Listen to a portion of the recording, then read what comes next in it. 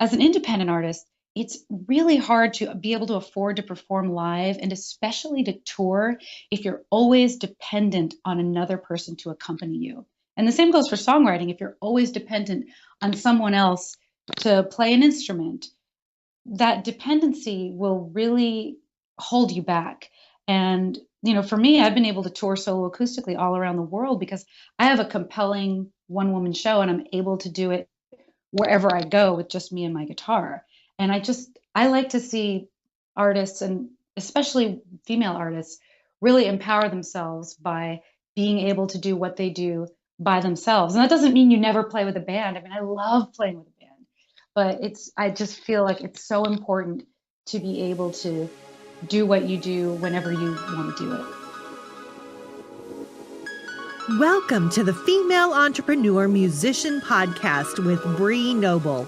Bree is a musician, entrepreneur, speaker, and founder of Women of Substance Music Radio and Podcast. Bree's interviews with successful female musicians and industry pros are both inspirational and informational. She also answers your questions about the music business. Bree is on a mission to help you create great music, connect with your fans, and grow your business, and to truly become a female entrepreneur musician.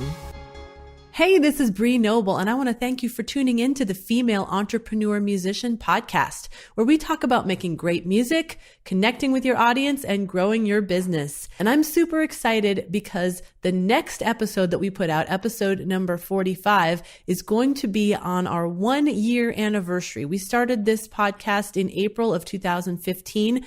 We will by then have put out 45 amazing episodes. So if you've missed any of them, you want to go back and listen to any of them, they are always available on iTunes as well as at femusician.com. So go check out our website, see if there's any that interest you that you've missed. And there are 45 amazing and completely different episodes. So go check that out. And tune in on April 1st for our super special 45th and 1-year episode. So for this episode, I'm interviewing somebody that I've known for a while, on the fringe, as far as she was an artist on Women of Substance a while back. And I've been kind of just watching her career, seeing what she's doing. And she's been doing some amazing things. So when we got back in touch, I was like, yes, of course I want to interview you on the show, because you are doing so many things that will inspire independent female artists. So let me tell you a little bit about Ali Handal. Ali Handal is a powerful singer-songwriter, kick-ass lead guitarist, and savvy businesswoman. She's released 3 albums, toured 4 continents, had several of her songs placed in TV and feature films, performed with Paul Williams, and recorded with Neil Young. In 2012, music publisher Hal Leonard asked her to write Guitar for Girls, a guitar method book and CD that's now sold in music stores worldwide. She also runs the music licensing company Triple Scoop Music that she co-founded and tours as lead guitarist for Cindy Alexander. Here is my interview with Ali Handal. So that's a little bit about Ali Handal. So Ali, is there anything that's not mentioned in your bio that's maybe a little more personal that you want to tell our listeners? Well, I do consider myself a crazy cat lady in waiting, meaning right now I only have 1 cat, but she's 19 years old, and I can definitely see myself having more someday. Probably not 30 but maybe 2 or 3. So, and that's good. We don't want to have to send hoarders over. No, that'll never be a problem. I like to get rid of stuff, actually. So that won't be a problem. But I do have 2 bunnies in addition to the cat. I am married to a magician, so these are semi-retired rabbits from his act. Yeah, that's cool. It's pretty fun. That's awesome. Well, how did you get into music? Well, like a lot of kids, I started piano lessons when I was young. I actually started at Yamaha, taking these little piano classes where I learned music theory. And, I did piano for a while, and I always loved to sing. And I took classes in school and sung in choirs. But when I was 12, I actually heard Led Zeppelin for the first time. And that's when I asked my mom, can I please switch to guitar? It's so much cooler. And she said yes. So I switched. I was never very good at the piano, but I'm really grateful that I did learn music theory that way because it really helped long term. Absolutely. I've been so thankful for that, Yeah. music theory thing because I know so many people that play guitar and like they have no clue what they're playing. Right. Yes. And I'll be trying to play with them and I'm like, no, a D. Yeah. Wait, is this? And they'll be like, wait, is this a D? And they'll play, no, Yeah, it's that's very not a D. That's important. a G. Yeah, it's important to know what you're doing. And I do find it's much easier to communicate with other musicians, and you get a lot more respect when you actually do know what you're doing and what you're playing. Absolutely. So, do you consider yourself a full-time musician? And if so, how long have you been a full-time musician? Or do you have other things that you do that kind of make up your income? Well, I'm definitely a female entrepreneur musician in every sense of the word. So, Awesome. yeah, so right out of college, I got a part-time desk job, but I made sure that I never worked more than 20 hours a week because I was very dedicated to my music career.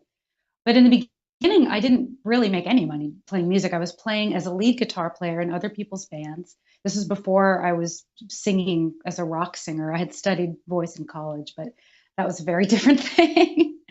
So, yeah, I started out working part time and being in other people's bands. But once I started writing my own music and released my first record, I did transition to being a full time musician.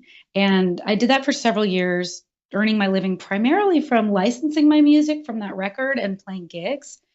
Now, I wasn't making a ton of money, at least for living in LA. And I was doing gigs that I wasn't crazy about, some of them anyway. And a couple artist friends of mine and I decided that we wanted to create a business in the area of music licensing since that was where we were making the majority of our income. So now it's been about 10 years actually since we started that business. And the company that we created is doing incredibly well. And it provides now anywhere from half to two-thirds of my annual income. And that was starting from a business where at first we didn't take any money out of the business. So now it's been really helpful. And the really exciting thing is that the income I make now from my music is far higher than when I was doing only music full time. So it's been a very interesting journey.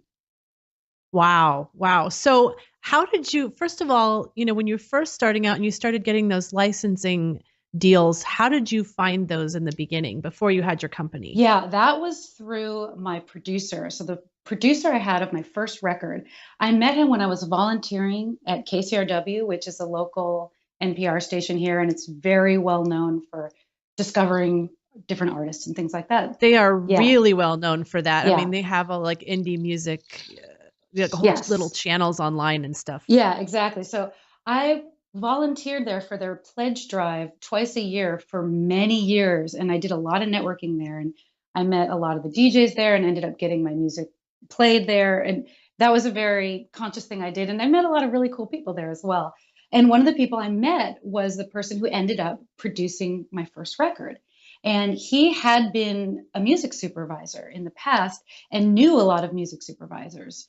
And this was back, my record came out in 2000, which was before most indie artists knew anything about music licensing. So he was licensing my music as an indie artist, and I was, getting some really nice television shows and that kind of thing back before everyone and their brother was doing it. Mm, that's really cool. So, what event would you say that influenced or was the most critical event that brought you to where you are today? I would say perseverance. It wasn't Mm. even an event, but there's a saying that I have, and actually I've made it into a song, and it's not even my saying. I heard it in one of my favorite films, which is Thelma and Louise. Love that movie. And at one point in the movie, the character of Louise says to Thelma, which is the Gina Davis character, Thelma's complaining about Daryl, her horrible husband, and just how awful her marriage is and her life is. And almost under her breath, Louise says to her, "You get what you settle for." Mm. And I took that to heart when I first saw it, and that was a long time ago when that movie first came out. I think that was like 25 years ago, and I really live by that motto for every part of my life, whether it's my career, with my love life. I waited for quite a while before I got married because I didn't want to just settle for any old dude, and with my health, everything. That's awesome advice for sure. Is there anything that you know now that you wish you would have known when you first started out, or you could kind of give advice to an independent starting out now? Yeah, I would, I mean, there's so much advice. I mean, one of the main things, and I think when I've listened to your podcast and I love it. And one of the things that I remember hearing one of your guests say to you was she's like, I'm not really a really good guitar player. I'm not, and I would really suggest my biggest piece of advice, I think, would be to learn an instrument and master an instrument. If you are a singer-songwriter, um, it's just so empowering. I have so many friends because I have been in this game for quite a while now. I have so many friends, and I've watched the careers of my friends who can't or who choose not to play an instrument generally flounder with some exceptions. But as an independent artist, it's really hard to be able to afford to perform live and especially to tour if you're always dependent on another person to accompany you. And the same goes for songwriting. If you're always dependent on someone else to play an instrument, that dependency will really hold you back. And, for me, I've been able to tour solo acoustically all around the world because I have a compelling one woman show and I'm able to do it wherever I go with just me and my guitar. And I like to see artists, and especially female artists, really empower themselves by being able to do what they do by themselves. And that doesn't mean you never play with a band. I mean, I love playing with a band, but I just feel like it's so important to be able to do what you do whenever you want to do it. I think that's so true. And when I talk to my students, when I'm talking to them about like maybe busting through a fear that's holding you back, that's one of the things that held me back. Yeah. Is that I was positive, like 100% positive that I could not play and sing at the same time. Like I was convinced of it, even though I've been playing piano since I was 6, Yeah. and I was a decent piano player, and I don't know, I just didn't think I could do it. But finally, I just got so fed up because number one, like with dealing with a band and all the human stuff and all the changes and people and then, they all had day jobs, so they couldn't go on tour, and I wanted to tour. And finally, I'm like, I just got to figure this thing out. Right. Because I need to be able to be mobile. Right. Yeah. So that is really good independent. advice. Yes. Yeah, I definitely find that. So yeah, perseverance and perseverance goes to learning an instrument. I mean, learning an instrument is not easy, especially if you're not 6 or 12 and if you're an adult and if maybe you know it a little bit but not very well. And I find that's the majority of singer-songwriters. They're not very comfortable on their instrument, and it really makes a huge difference in your show if you are, in your live performance. And it takes less than you think, but it takes commitment and consistency. Even if someone were to take their guitar or whatever it is their instrument is and practice for 15 minutes a day, over time, that can make a huge difference. And that's something that anyone can fit into their schedule. I don't care how busy you are. If you are dedicated to having a life as a performing musician, I think that's something that if you want to, you can dedicate yourself to. Oh, I absolutely agree. So let's get into that, because I know that you wrote a book called Guitar for Girls. And one of the reasons you wrote that is because you felt like a lot of your friends were being held back by not being able to play for themselves. So how did you just decide on your own to write this book? Did someone approach you, and how has that gone over? Yeah, I never thought I would write a book, and it was definitely not my idea. And Guitar for Girls specifically was not my idea because so Hal Leonard approached me and they asked me, they said, we have this book that we want you to write. It's called Guitar for Girls. And the first thing I think of, being an ardent feminist is, why do girls need a book rather than guitar? I mean, girls play guitar just like anybody else. It's not, it shouldn't be, something that's segregated.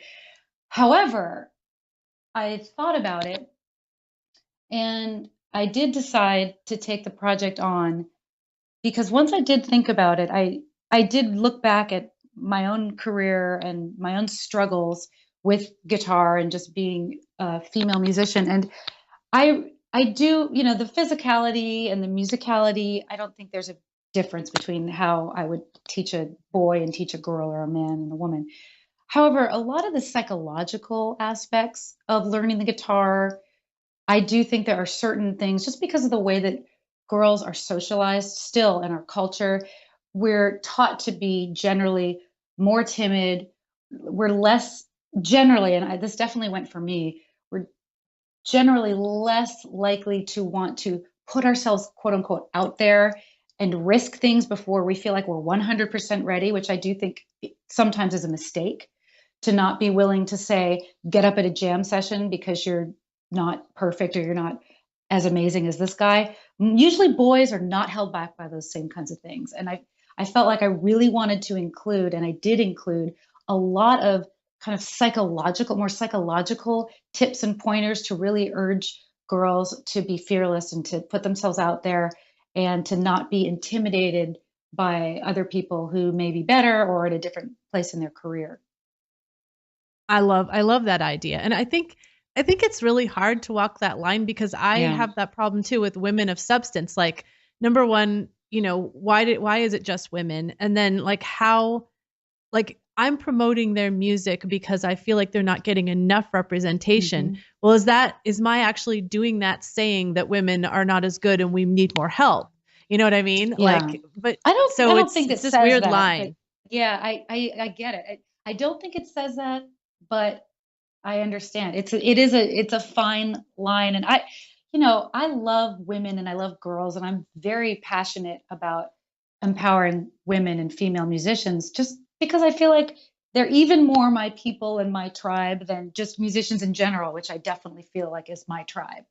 So yeah, I think we all just do what we're called to do. So there's nothing Yeah, wrong I with agree. it. I agree. And I mean, the reason I do it is that I feel called Yeah. toward women, but it's not because I think that they need extra help, but Yeah. yet in a way I do Yeah. because I feel like they're not getting the representation they deserve. Yeah. So anyway, on another subject, I am curious because you've had such a really long, great career. What has been like the most mind-blowing thing that you've ever done or experienced? Well, that's like there's a lot of really cool things that have happened, which is I'm really lucky. And a lot of that stuff wasn't planned. Like it's in fact anything that I would mention probably is not a goal that I had. And that was kind of hard for me, just being a very goal-oriented person for most of my life, you Mm. know. And that was one of the things that was kind of challenging, just to detour for a second. But in terms of a lot of the challenges that I had early on, I would make, at the end of the year, I would make a list of the goals that I had, and I wanted to be on the cover of Guitar Player magazine, and I wanted to do this, and I wanted to do that. And usually I wouldn't accomplish those goals for whatever reason, mostly because the music business is pretty unpredictable, and it is, depending on your goals, it can be very challenging, to achieve those because they don't all depend on you and just hard work. There's a lot of other factors. But then I would find myself at the end of the year having, I sung on a Neil Young record in, Capitol Studios, and I played guitar on The Price is Right, and I did all these weird things, and I sang with Paul Williams, and all these crazy things. And that no, none of those things, even writing the book, was never a goal of mine, yet they helped propel my career forward. And there were some really cool moments. And another really cool moment was, and this is again something I couldn't have planned, I was asked to perform at the opening of the Les Paul Museum exhibit in his hometown of Waukesha, Wisconsin. And it was a really big deal. And, me playing my Les Paul, and, I did a cover of Whole Lotta Love where I sang and then I played all Mm. Jimmy Page's parts. And it was, there were photographers there and people were going crazy. It was a dream show. And that was something I never could have imagined or made as a goal to check off a list. So again, it's music career can be a very weird, very non-traditional kind of career as you approach it, very different from maybe something else that you might be approaching even as an entrepreneur, because you can try to plan and and of course a lot of these things did come along because of things that I did plan, like releasing 3 records and the kinds of things that I did do. But you never can really tell what kinds of magical things will happen as a result of the hard work that you do in, say, another area. Well, I would definitely say that 99% of serendipity comes to those who are working hard. Yeah. I mean, Yeah. you know, it's not like the off chance that you're working as a waitress and you're singing along with the background music and someone hears you and you become a star. I mean, the chance of that is 0.01%, you know, Right.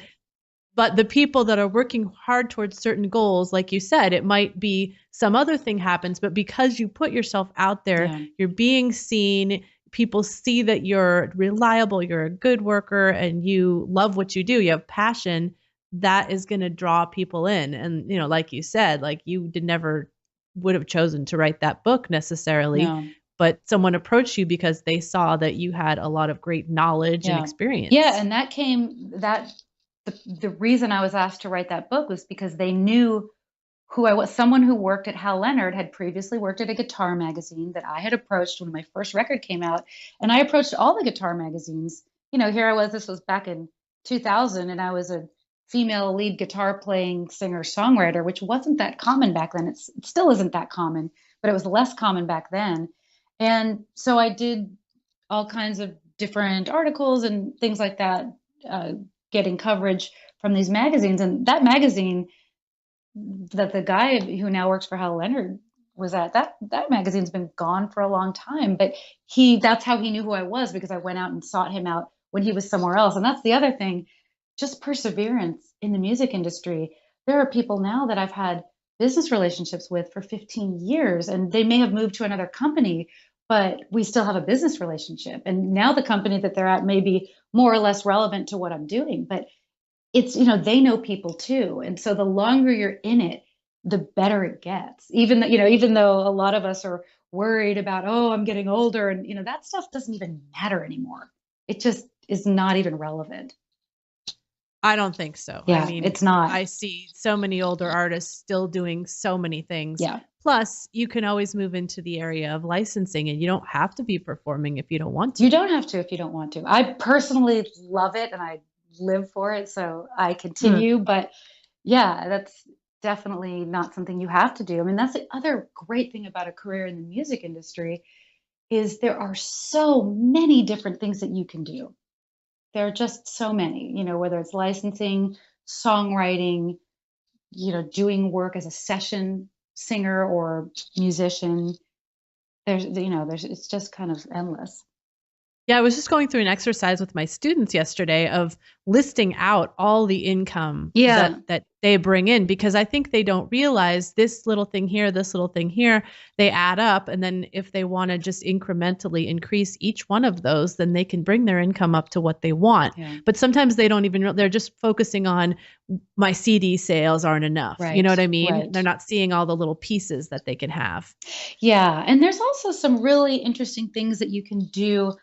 And I haven't done a lot of this, but it's something that's very interesting. I know there are people who, and this might be something that you might want to look into. I don't know if you have had anyone on the podcast yet or already planning to, but people who have sold their CDs in bulk to groups, because I know there are people who have done that and done really well with that. I did. Yeah. I had Lisa Lynn was on here, and she worked out a deal with hospitals because she's brilliant. A Celtic harpist. Oh, that's great. So she had this deal where she was selling them to the hospitals in bulk to give to all. She had a lullaby CD, and it was for all the new mothers. Oh, that's great. Yeah. Yeah, it was awesome. Yeah. That was actually one of our most popular shows because she had so many cool, like, innovative things like that people don't think of. Yeah, I love that. And that's the thing, the kind of thing where it can really help to talk to other people. And I know you're a big advocate of having a coach, and I think it's a great idea, because having someone to talk to who isn't limited as limited by their thinking as we might be. And I like to think of myself as someone who's fairly unlimited, and a lot of people do come to me for marketing advice and that kind of a thing just because they see what I'm doing. But I myself need a coach in order to think much bigger in terms of the opportunities that are in front of me, because we all can get into that feeling of like, well, whatever small thinking that we have, especially when it comes to finances. So I think that's, it's good to have someone else and like, oh, did you think about that? It's not just about selling your CDs one at a time, but look what this artist did, or. Oh, I know. I always tell my students, like, I would never advise you to have a coach if I didn't have one Right. because I need that. Like, Yeah. I don't always see everything for No. sure. Yeah. And you're in your own little bubble. It's hard to get outside yourself, So that's Yes. what other minds are for. Yeah. And it's great. And even the most brilliant, open-minded people, they can still get stopped by their own stuff because we all have our own stuff that we're battling against in our heads. Absolutely. So I am really curious how you ended up starting your licensing company, Triple Scoop Music, because I love that it's such a niche company as far as that you focus on getting licensing to photographers. And you said you were the number one licensing for photographers. Is that right? Yeah, we were pioneers in that area. We were the first company to even find that niche. And, since then, 10 years ago, we've inspired a lot of competition, and we have expanded as well. But that's still our home base is primarily photographers and videographers, or as they like to be called now, event filmmakers. So people who film, bar mitzvahs and weddings and other kinds of family events. So let me get this clear. So this is then royalty free, right? They just pay like a one fee. Well, we don't call it royalty free because I think then people sometimes get confused, especially our clients get confused. Yeah, I think people then think that that's well, that means I'm not going to get any money. No, you know what I and mean? it's not. Yeah, it's a one-time. Our customers generally pay a one-time upfront payment, and then we split the licensing fee 50-50 with our artists. And that money does go to the artists as a royalty, but we also have a different kind of license. So the kind of license that we give to the photographer clients is not it's not a royalty-free license in terms of they can't just use it for whatever they want. They can use it online and they can use it for these kinds of event videos and slideshows, but they can't go and put it in a television commercial. That's a very separate, much more expensive license. So because there are companies that do have quote unquote royalty-free music where for one amount of money, you download the song, you can do whatever you want with it. That is not exactly what we do. So now, do they have to be able to tell you exactly, like, do they say this is for the, the noble wedding? No. But they do say that this is for a wedding. They don't have to say if it's for a wedding, a bar mitzvah, or what have you. They don't have to specify that. It's just that they know what the parameters are before they download the license. And, we have the license available for them to download. And so it's very clear what the particular use is for. And actually, when customers come to our website, they can now choose from a number of different licenses. We have licenses for people who work in real estate because people are now using music to use for their videos, house tours. For house tours. So we were finding a lot of people doing that. We have licenses for people to use for corporate videos, for corporate marketing videos, for small business videos. So there's a lot of different things that people use the music for, and every one comes with a different kind of license. That makes sense because, for example, if someone was doing it for a wedding video, they would probably just, sell it to the people that were involved in the wedding. But then if they decided, oh, this is a really good video, we want to use it to advertise something on our website, then they would have to have a different license for that, I'm assuming. Yeah, it's to go through every minutia of every license this probably isn't the place for that, but yes. Oh, definitely not. But I'm actually really curious. Yeah. I'm really interested in this stuff because I'm not familiar with all the ins and outs of it, Yeah, definitely.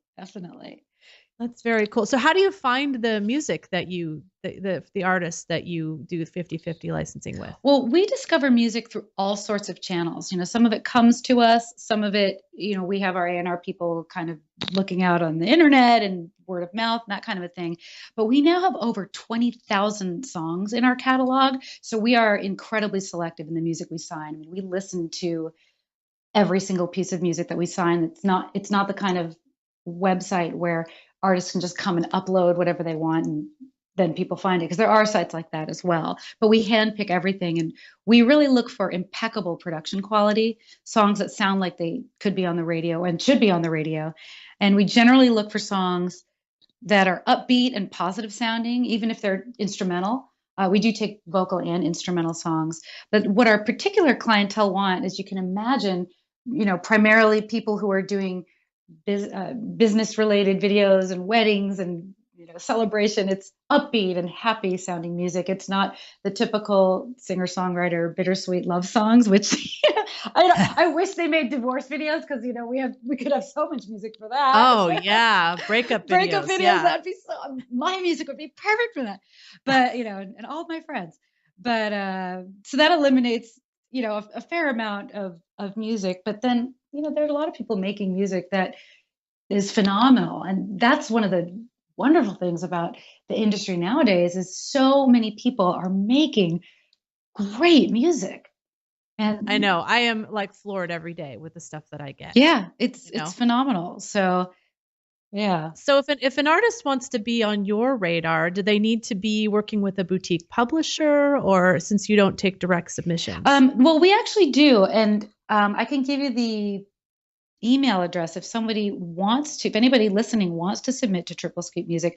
We actually, if the artists own their own publishing, that's the best scenario, because that way they control everything, because they have to have permission from whoever they're working with. If they're working with a publishing company, they would need to get permission from the publishing company to work with us to make sure that that's okay. But a lot of our artists don't have publishing deals, so they are working directly with us. And if anybody listening wants to submit to Triple Scoop Music, they can send an email with links. Please don't attach an MP3, and definitely don't attach a WAV file, because I've gotten those before. Do not attach a WAV file. Do not attach an MP3, and attach links to your very, very best 3 songs. Yes. Oh, yeah. And make sure I'm assuming you want online links, yes, and not like someone's Google Dropbox, or Dropbox or Google or something. I get some of the stuff like that sometimes, and I'm like, no.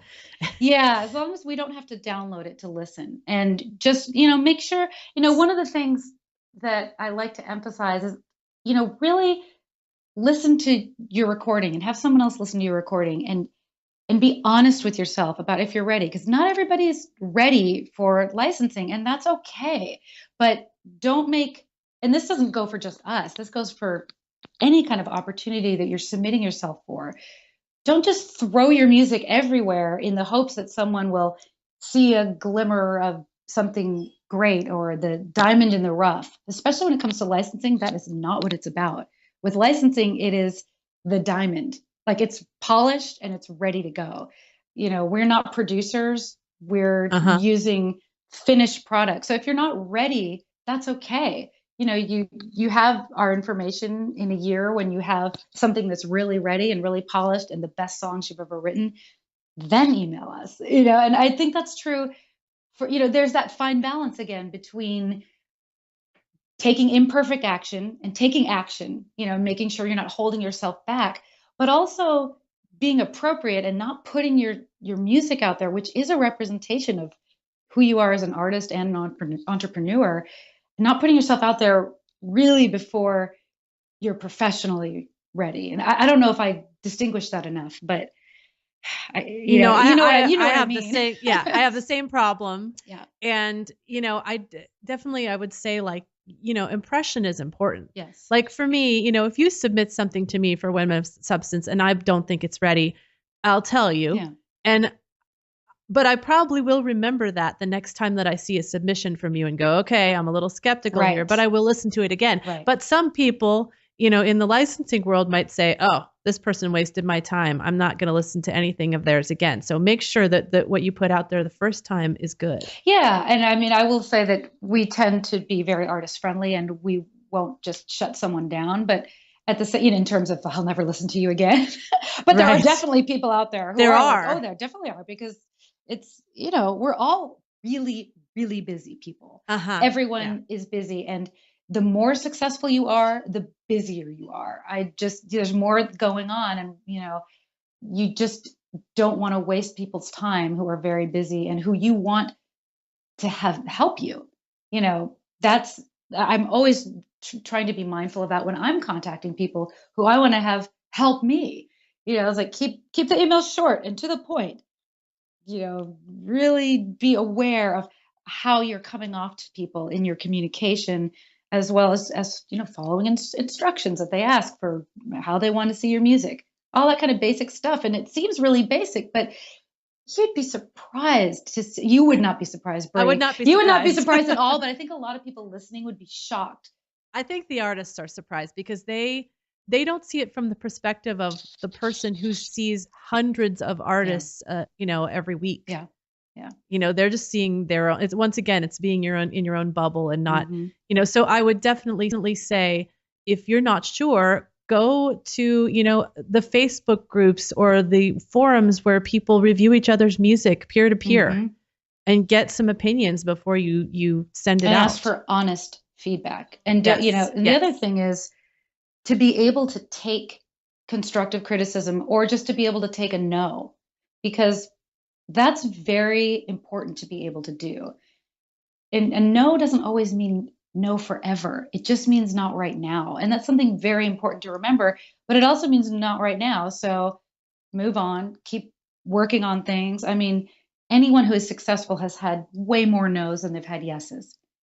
Oh yeah, I was just doing a workshop with my friend that does licensing, and she's had plenty of no's, but she's also had a lot of yeses. Right. And the no's are usually like, no, this isn't the right sound for this, particular opportunity. Yeah, and I've had lots of no's to my music that has already been placed in television. And in fact, I had someone say, what do I know? You could have placed this in a bunch of shows. And I'm like, yeah, I did. But it's not for me. It's like, okay, cool. Moving on to the next song that might be for you, might not be for you.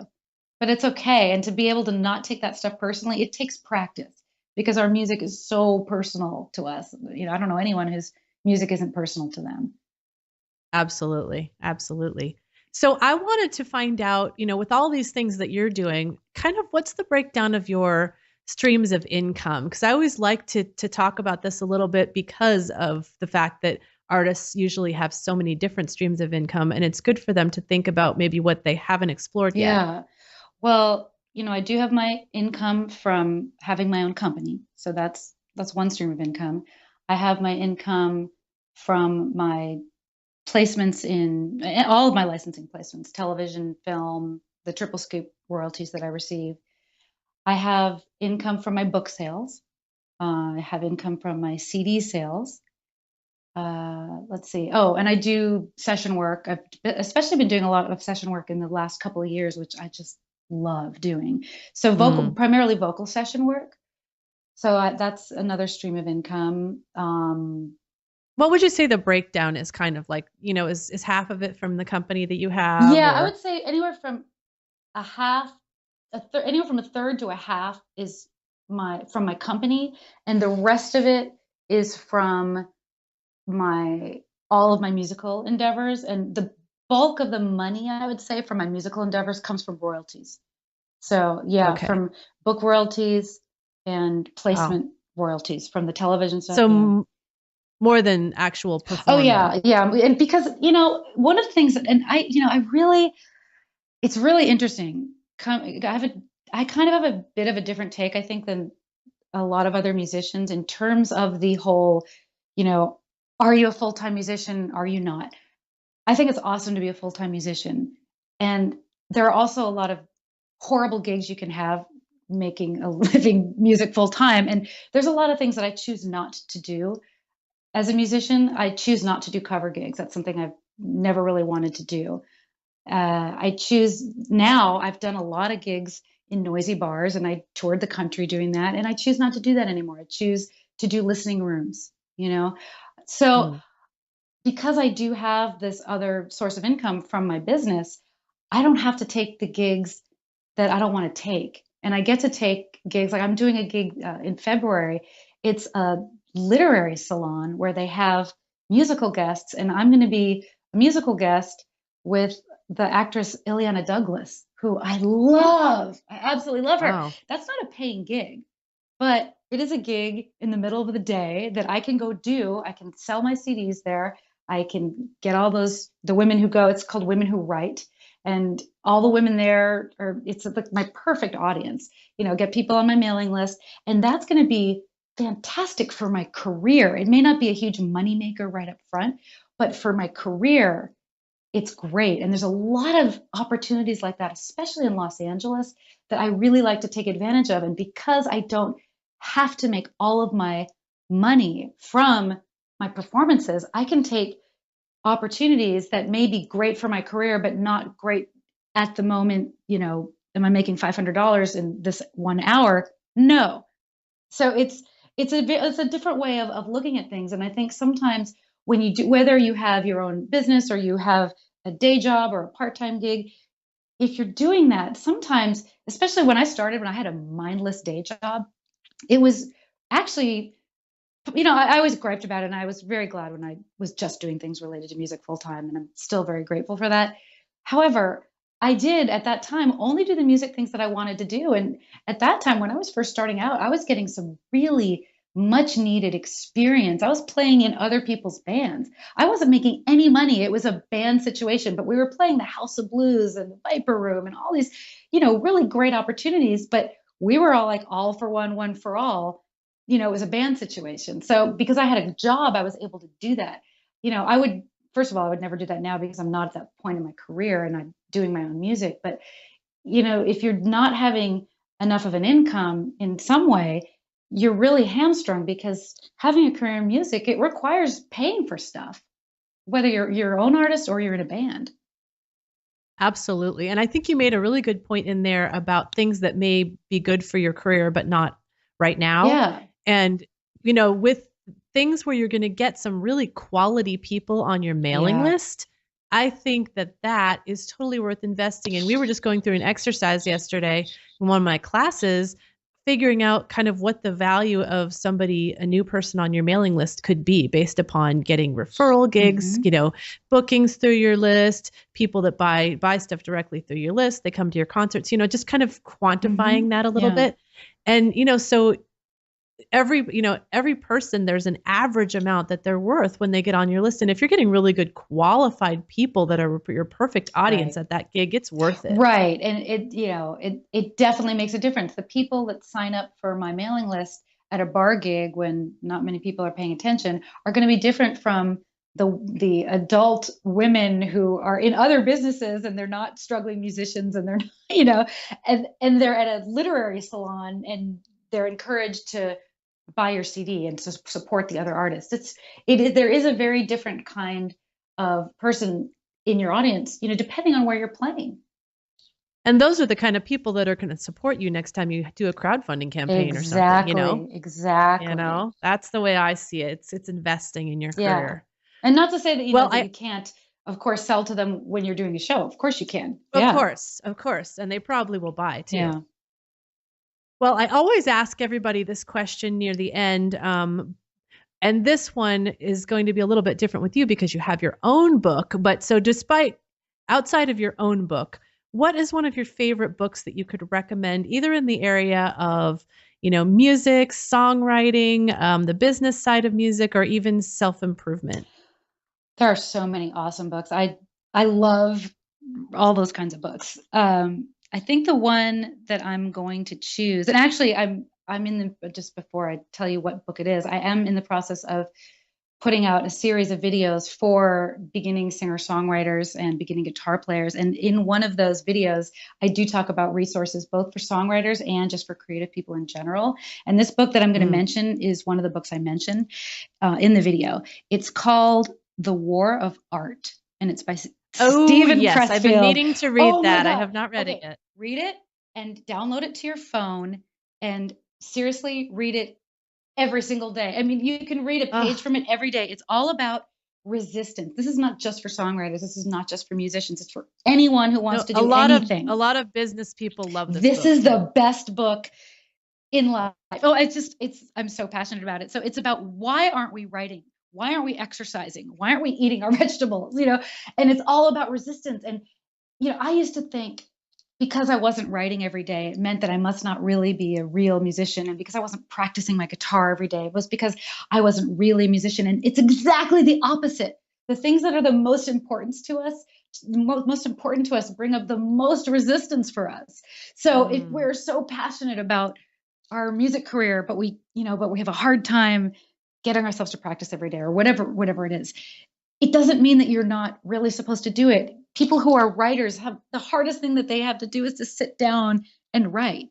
And it talks about it, and it makes you feel so much less alone, and it gets your butt in action. And it's very, very easy to read. There are little chapters that are anywhere from 1 to 3 pages long. So you could literally read a page, just, take a break every hour from when you're doing whatever you're doing and read a page. It'll take, 30 seconds. And it's so inspiring. Okay, I got to go. Yeah, you've got to get it. I've been today. meaning to. Today, get it today. I'm going to get the audio version. I'm going to listen to it while I walk. Yes. Exercise. So I'm doing something that has been providing me resistance while I'm listening. Yeah, it's great, and that's what I love about podcasts. And I listen to your podcast when I'm walking. I love it. Yeah, I love that about podcasts too. Well, this has all been so great. I've loved hearing about your book. I first want to remind everybody that she's got this great book called Guitar for Girls. And can you get it on Amazon? You can, but I'd prefer that if people would like to get it, they get it from my website, because that way I get more money. Yay, let's give her more money. Okay, so it's alihandal.com. That's right. And it's ALIHANDAL.com.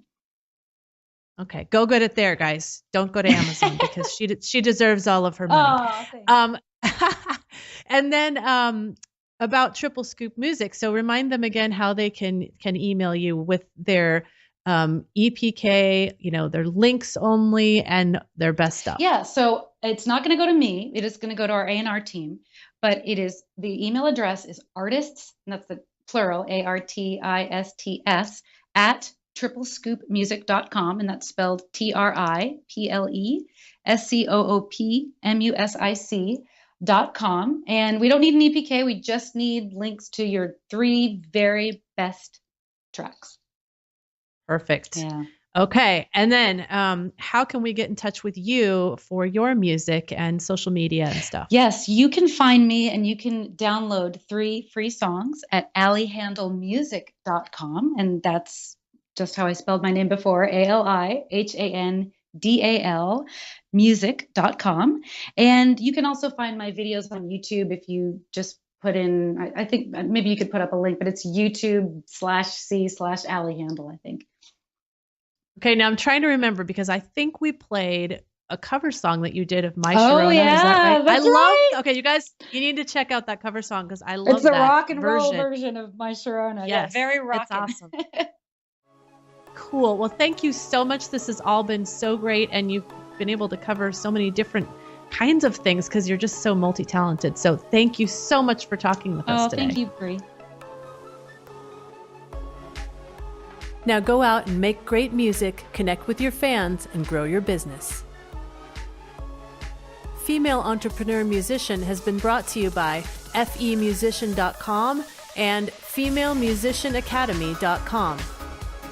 With editing by Jen Eads of 317 Sound Design and music by Stella Ronson.